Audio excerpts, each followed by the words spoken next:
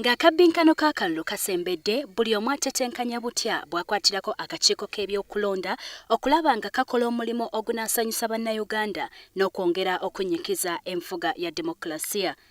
Mu mutima gw'eggumu, Ekereziya Katolika leero evuddeyo okukwatirako akakiiko mu nsonga zino.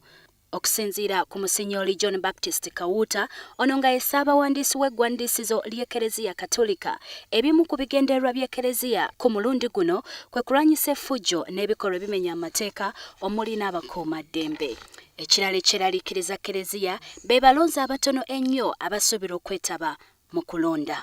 Ebizibu ng'okugulirira abalonzi n'obulabo obutonotono obutasomesa abantu ku nsonga za kulonda ssaako n'abantu okwenyiwa obululu bye bimu ku nsonga lwaki Ekereziya esazeeyo n'evaayo.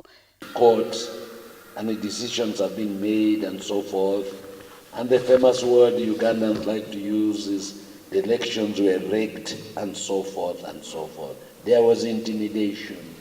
There was lack of preparation. The people did not know where to go. The boxes were closed when they arrived in my village, and so on and so on.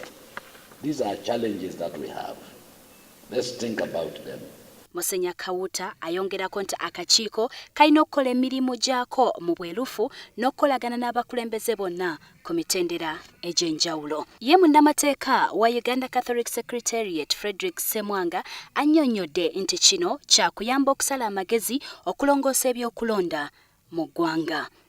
Kereziya tesobola kikola yekka. Kereziya erina okufuna information, erina okufuna Electoral Commission biki byegenda okukola oba biki byetegese okukola. Kyekyo lwaki olwaleero tuvuddeyo okulaba nti tukwataganyiza wamu n'akakiiko akafuga ebyokulonda okulaba nti tusomesa abantu ku biki akakiiko akakola ku byokulonda bye kategese okukola n'obuvunaanyizibwa bw'abantu nga beetegekera okulonda okwa 2016.